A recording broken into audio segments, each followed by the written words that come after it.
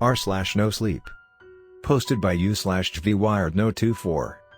If you see a floating body, run in the opposite direction or take shelter. What in the fuck? I ask myself as I scratch my head. Did I read this sign correctly? If you see a floating body. What do you mean floating? Floating like in space? What the? Run the opposite direction or take shelter. Why? I ask myself. The signs are everywhere, one sign on every trees. The signs are well made too, like metal road signs with printed digital texts. I'm starting to hyperventilate and get freaked out by these weird signs.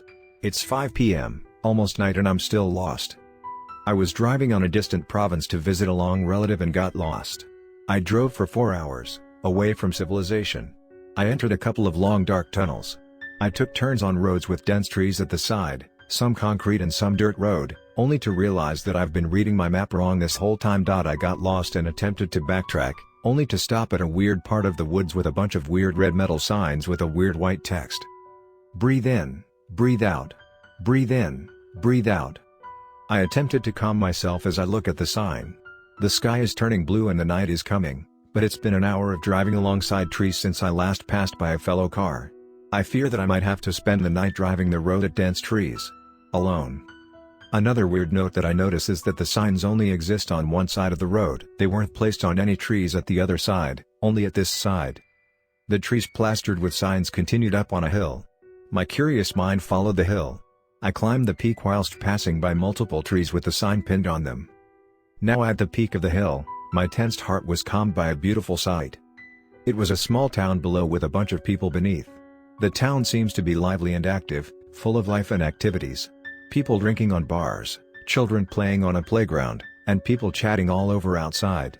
The town may have been covered with trees and mountain, but nonetheless, it was somewhere to spend the night and ask for directions.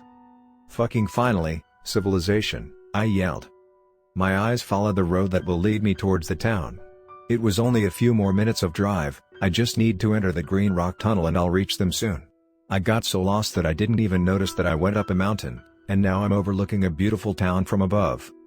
But what the heck are these signs? They're also everywhere around the town. Ro-o-o-ow-oo. A high-pitched tornado siren immediately whirs all over the town. Red lights suddenly covered the streets as the siren rumbled very loud. It made me duck and cover my ears. I looked down below and saw panicking. People that were drinking at the outside tables of a restaurant immediately ran inside.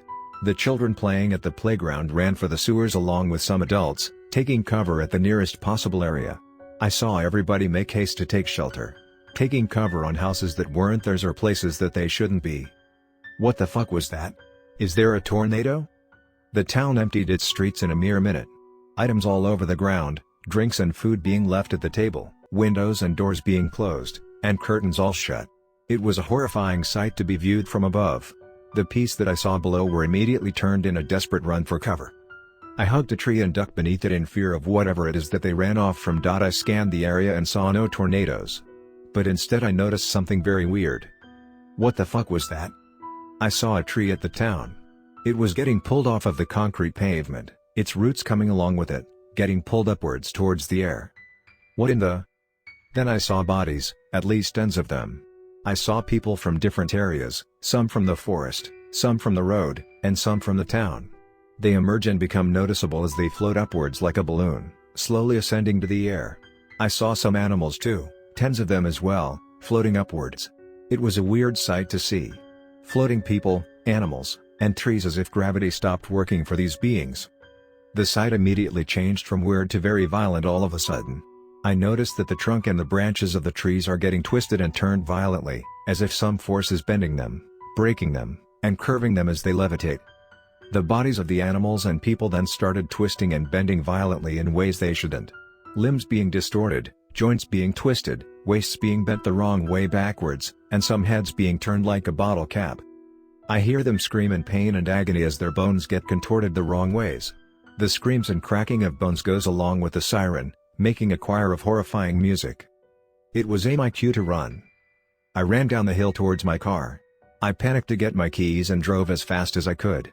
I drove towards the town and made it to the Green Rock Tunnel. This tunnel leads straight to that town. I drove through the tunnel with my car ignoring the speed limit, but when I'm midway on traversing the tunnel, whoosh! A surge of strong wind, like an explosion. It killed the engine of my car and all the lights on the tunnel. My car came into a halt and it suddenly went dark. The light at the end of the tunnel is what I can see. I rolled up my windows and locked my doors, an attempt to shelter me from whatever is going on outside. It was quiet, still, and dark. The only thing I can hear is the violent beating of my heart and the siren, still ongoing. What the fuck? What the fuck? What the fuck?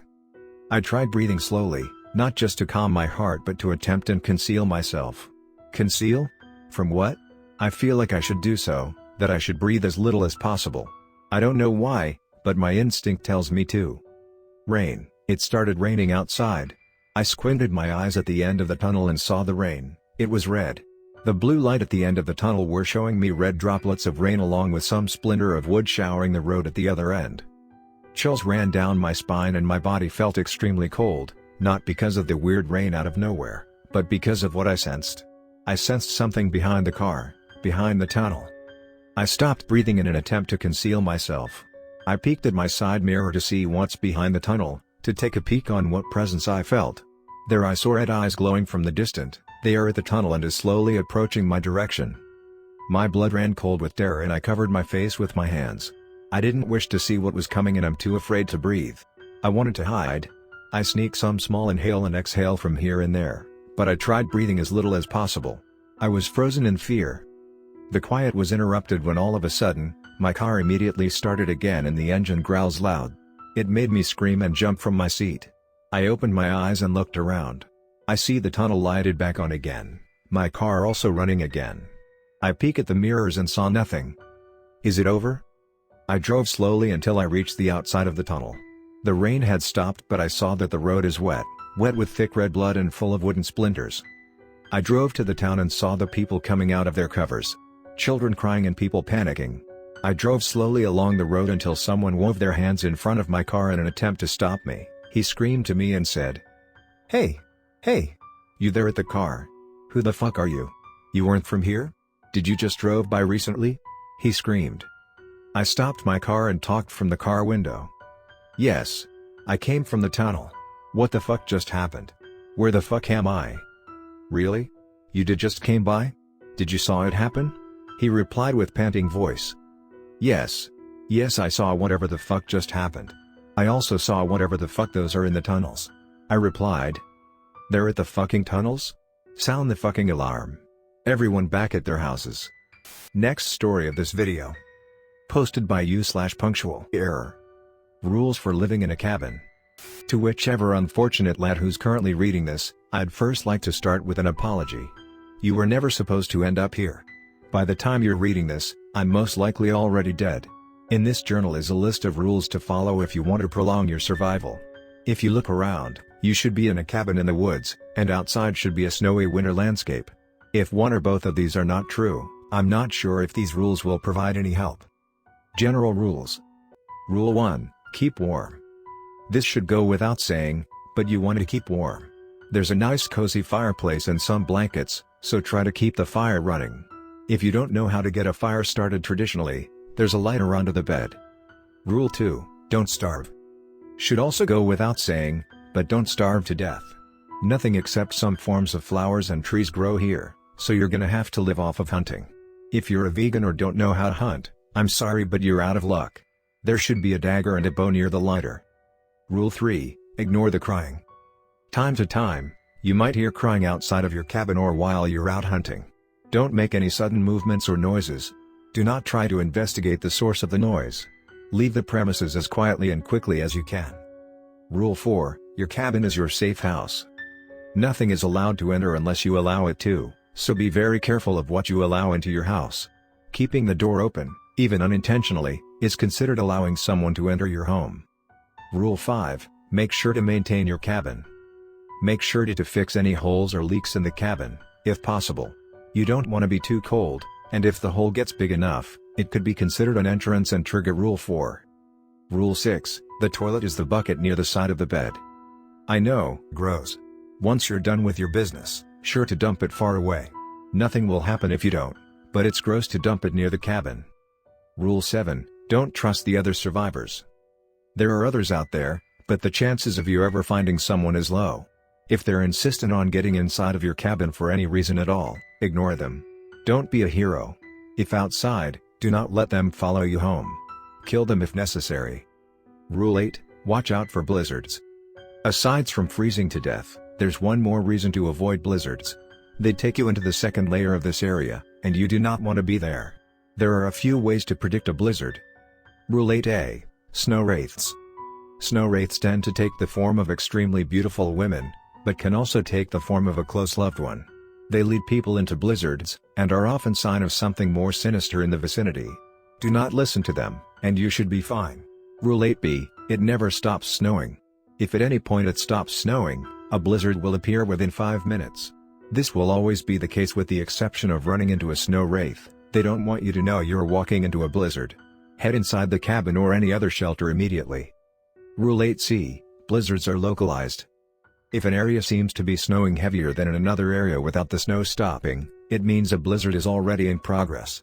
Avoid stepping into the blizzard, if possible. Rule 9, don't leave the cabin with this journal. They know how to write. I don't want any of those creatures out there to trick any others into following rules they've made up. They aren't allowed into the cabin, so unless you've messed up Rule 5 or 4, keep the journal inside the cabin. Rule 10, never end your own life. I understand, things happen. It's going to be tough. The dagger isn't for taking your own life, it's to protect it. Do anything to prevent your death. Dying will allow them to steal more people.